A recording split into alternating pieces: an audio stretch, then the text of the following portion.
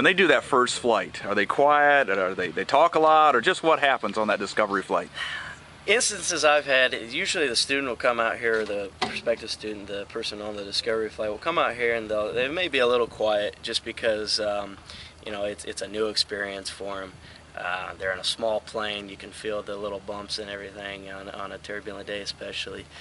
So they may be a little quiet and a little nervous at first, but you know, I always like, I pretty much, with them being quiet, how I can judge if they're enjoying it, or if they're having a good time, or if it's a good experience for them. I can just look over, and when they have you know, probably the biggest smile on their face, then you know it's going well and they're having a good time.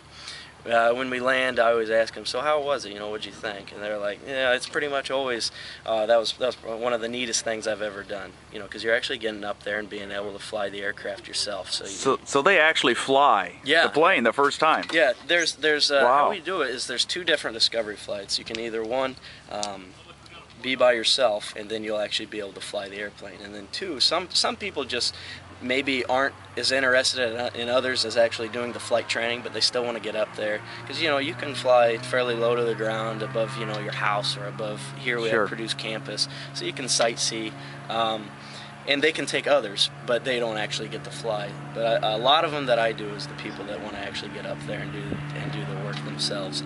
And you know, right, how I do it is I have them pretty much do everything, except I'll usually do the landing.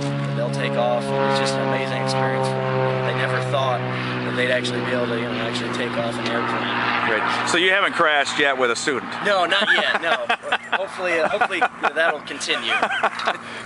What would you tell somebody watching this right now who's thinking about, gosh, this would be really, really neat to do? You know, what do I have to do? What's my next step? You know, just what do you have words for advice for anybody watching this right now? I'd say with how we do the discovery flights, I would definitely recommend doing the discovery flight. You know, the staff here is really friendly. If you come in and you have questions, you don't know what to expect, then come on in and at least ask. You know, I think once you do the discovery flight, you'll really be able to see whether you want to do this or whether you don't want to do it. And I can honestly tell you, every single discovery flight I've ever done, they said they wanted to do it. I don't think you'll have a negative experience with it.